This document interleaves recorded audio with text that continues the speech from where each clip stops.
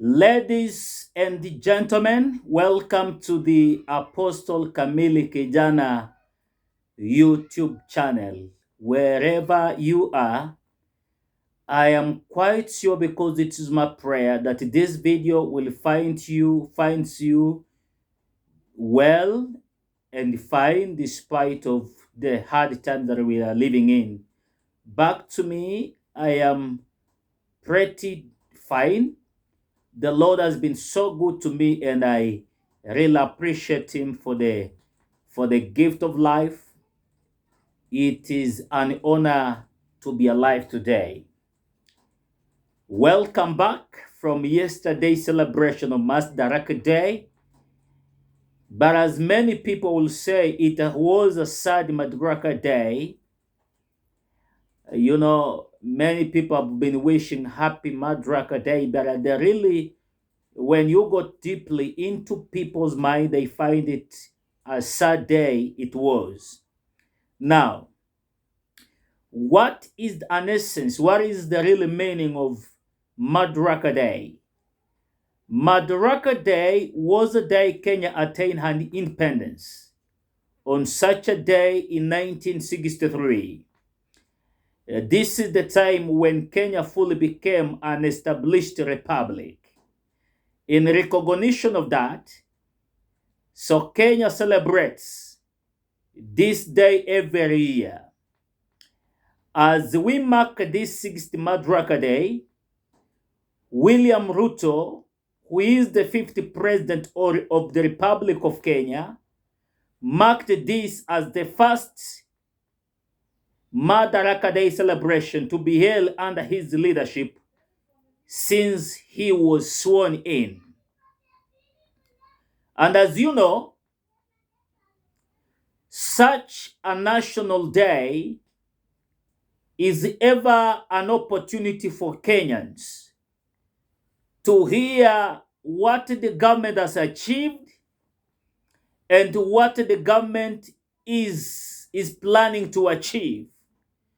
So this is a platform for the government, for the president to speak to the nation. It is always an opportunity for the sitting president to speak to Kenyans, not just leading Kenyans into celebration, but it is also an opportunity for Kenyans to give themselves time, to create time and an opportunity to listen to their president, speak to them, more especially what the real issues that are pressing the common humanity. So the president gets an opportunity to speak to them. As expected of yesterday, many Kenyans were anxiously waiting to hear from none other than William Samuel Ruto and his government on the plans that he has for lowering food prices and other domestic commodities for the utility of the common mwananchis.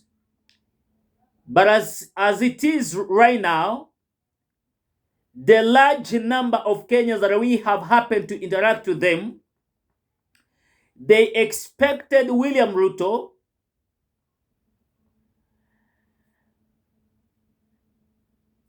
to suspend the finance bill of 2023, which is anti-hustlers bill, to its entirety. So many Kenyans expected that because William Ruto has had all over from every part of the country, those who supported his election, members of the Kenya Kwanza, members of the Azimio, members of ordinary Kenyans, that aired their concerns and their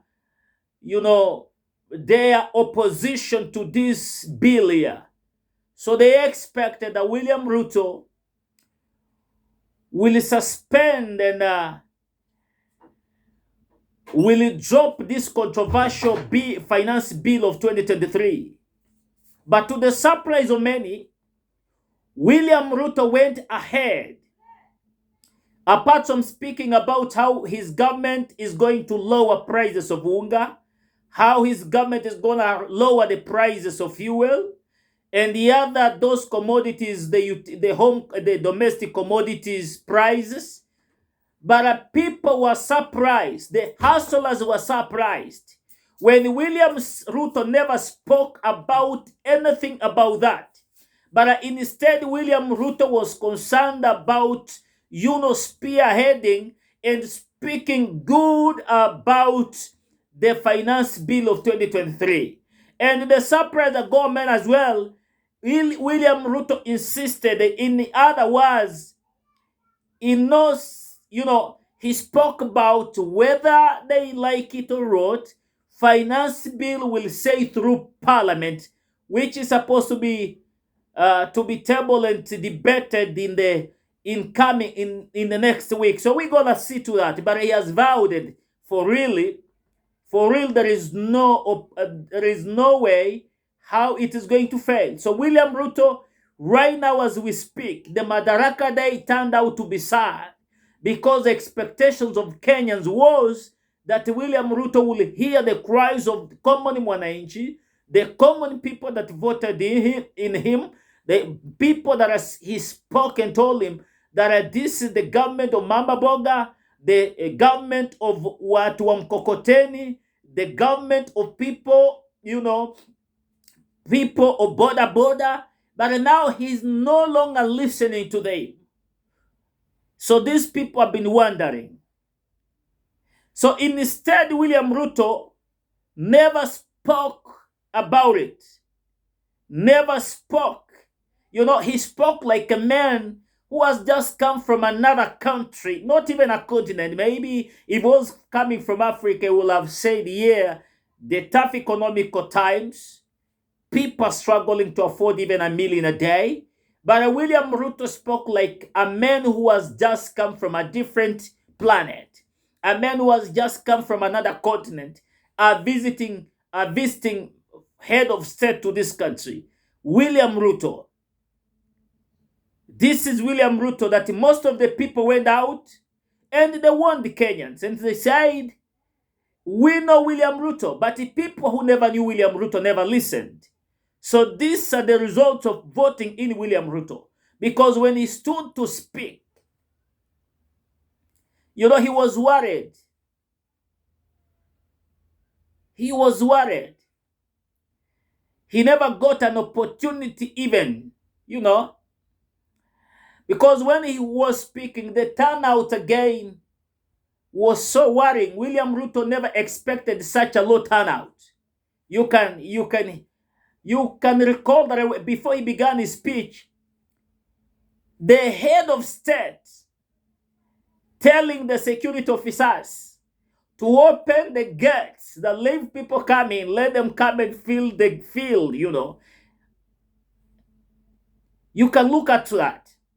So when they opened and people were watching all over the world and they expected, because the president, they said, people are standing out in numbers, in thousands. Let them come in.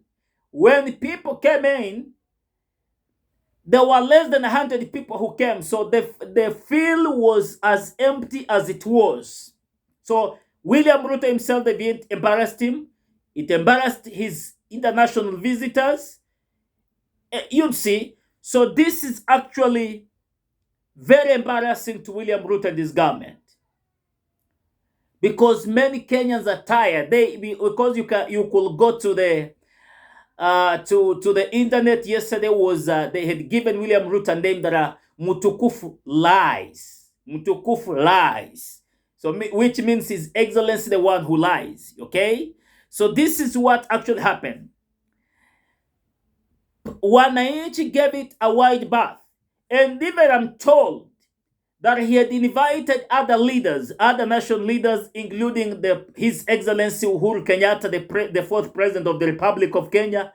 But in his own wisdom, he also gave it a wide berth.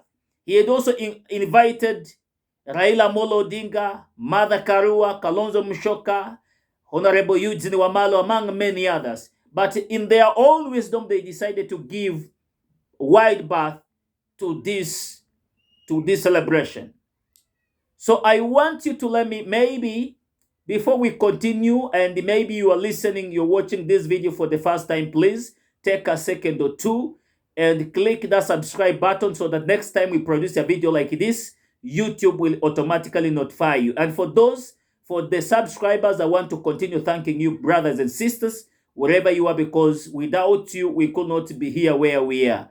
So thank you so much, and may you continue being supportive to this channel. God bless you so much wherever you are. So listen to me. As you have said, I don't know what you think about yesterday's Madaraka Day and what you think going forward and what you think Kenya Kwanza need to do so that next time they have such an event, it will attract many Kenyans and they will have confidence to listening and watching on their live streams and all that, so that they can follow up what William Ruto promises. But as always, he again went ahead and promised something very funny. He says, in 3 months' time, Kenyans will not be using fuel motorcycles. The border will now begin using electric border. And I was looking at how much it costs for a battery of electric battery that enables people to use on their border motorcycles. The cheapest costs around $300, which is equivalent to around 40,000 Kenyan money. So the least is 4,000 Kenyan. So who will afford that? It is a question to you to help me answer.